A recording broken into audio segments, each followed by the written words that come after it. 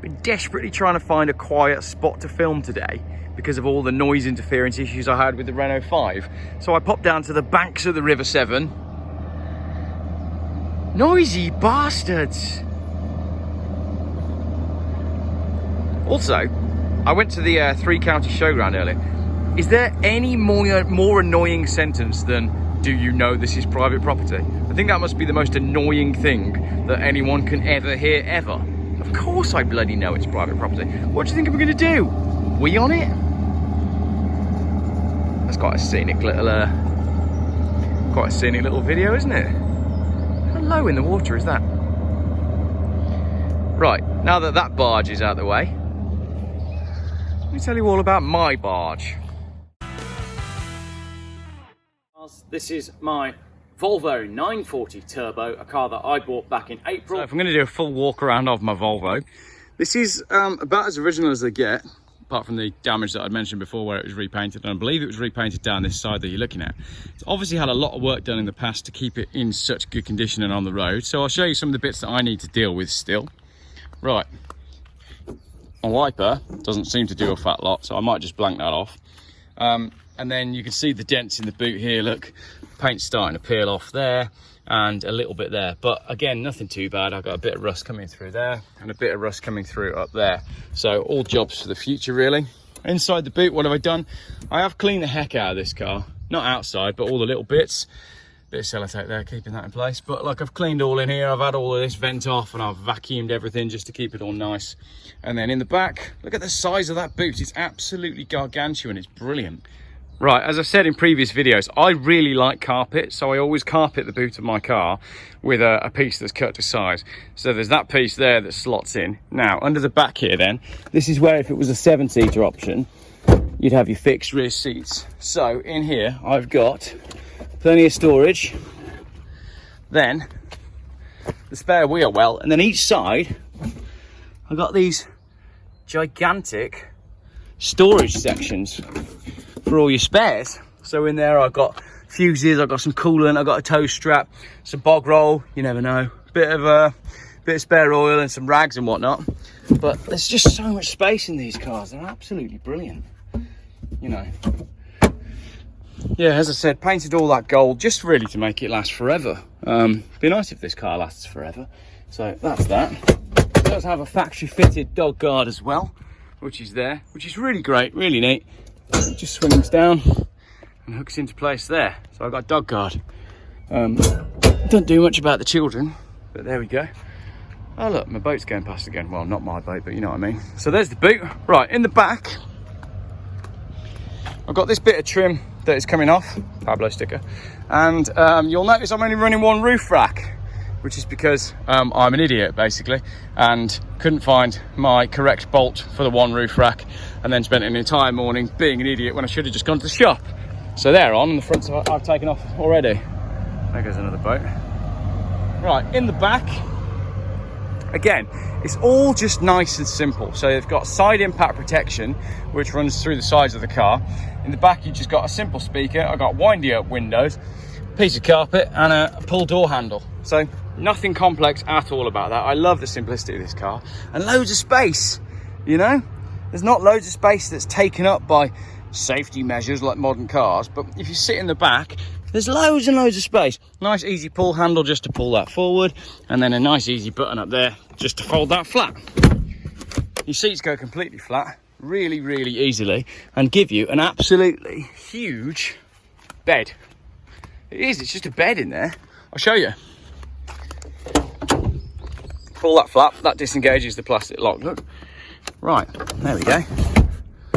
There is so much space in there. This is why these cars were so popular with antiques dealers, because you can get absolutely everything in there. And if it doesn't fit in it, then obviously it will fit on it. Right, let's put it all back and I'll show you the front.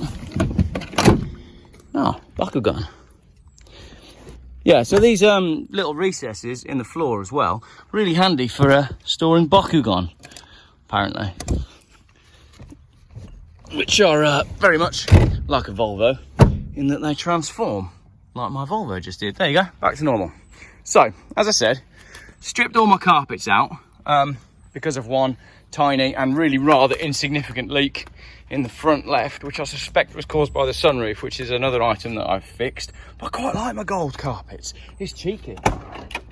Right, in the front, this is broken, but that's really not the end of the world. What else have we got? I've removed all the wiring for the original Vodafone car cradle. You can see those holes there and there. That's what that's for, and I'll maybe tidy those up at some point. And the glove box doesn't open.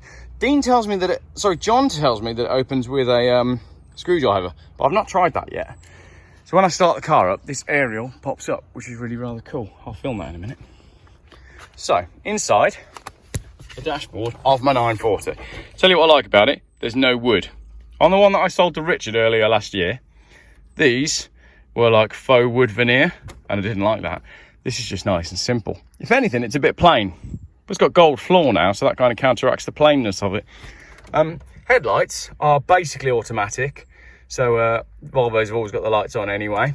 And then you can see leftover white wax there. Aerial, heated screen, sunroof, how hot you want it, where you want it, and how fast you want it. Do you want more of it coming back into the car? Do you want your aircon on? That is just so simple. And someone has put in a decent stereo, which is great. It's already got a Bluetooth stereo and some half decent speakers. I say half decent because one of them doesn't work. Heated seats do seem to work fine on both sides. Vents. Right. Fishing flies. Are they called flies? That were left over by Dean, the previous owner, for a good look. He told me exactly what they were called. I can't remember. Sunroof. So that is the inside of a Volvo. I like the fact that there's two stalks here which operate the mirrors, and you've got one for each mirror. That's wicked. Electric windows in the front, and there we have my Volvo 940. Let's have a little look under the bonnet. Don't know why I closed that door. Oh yeah, I fixed this as well. Well, I say I didn't fix it, I just applied some blue tack because I haven't got the spring that goes in there. If anyone knows where you can buy just the spring, because I ordered a new bracket and it didn't come with a spring. It also, what you meant to do is put these in, these pins, and then hammer them in, but it's really, really flipping hard and they just break off. So those are actually pieces of Lego. The gold is from a Ninjago Lego set. So there you go, my Volvo, also known as Lord Garmadon, which if you've seen the Lego Ninjago movie, you'll know, is held together mostly by Lego. Right, a little bit of rust on that one door. And then under the bonnet. Oh, hello mates, how you doing? Are you subscribed to Geoff Buys Cars on YouTube? Because you should. Right, now it does feel pretty hot under my bonnet, not gonna lie, and I wonder if I've got some slight cooling issues going on. That has got coolant in it, which is good. But there we go. What have I done? I've pressure washed the actual fuck out of this. You might not be able to tell now, but I have. I've done a real good job of cleaning up all of the inside of the engine bay because it was terrible when I got the car. It had never been done. So I tried to get the pressure washers down everywhere, and one of the next jobs is to resolve the rust that's down there. You saw that on a previous video. So that is my Volvo 2-litre turbo. You can see the turbo just down here, look. And manual boost gauge is on the list at some point. Might pop a new ignition coil on as well, because that looks really old. Maybe have a word with the guys at Power Spark, see if they want to hook a brother up. Probably not.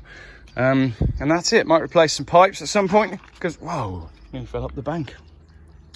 In this episode of Geoff Buys Cars, Geoff falls in a river. So I was going to say let's go and have a look at the river, but let's not, because there's swans down there.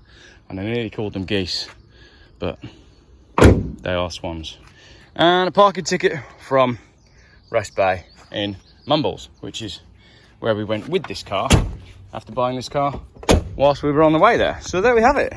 That is my Volvo 940, which I will be keeping for some time because it's beautiful. Thanks for watching. Should we conclude this video with a little bit of the river? Maybe I'll put some classical music over it. And we'll just... This is like Geoff does mindfulness, isn't it? You feel very calm. Yeah, that's not bad, is it? Not bad at all.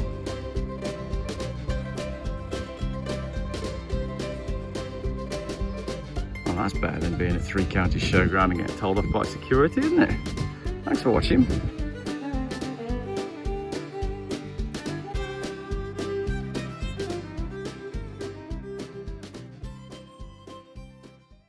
Geoff buys cars. YouTube's most boring car channel.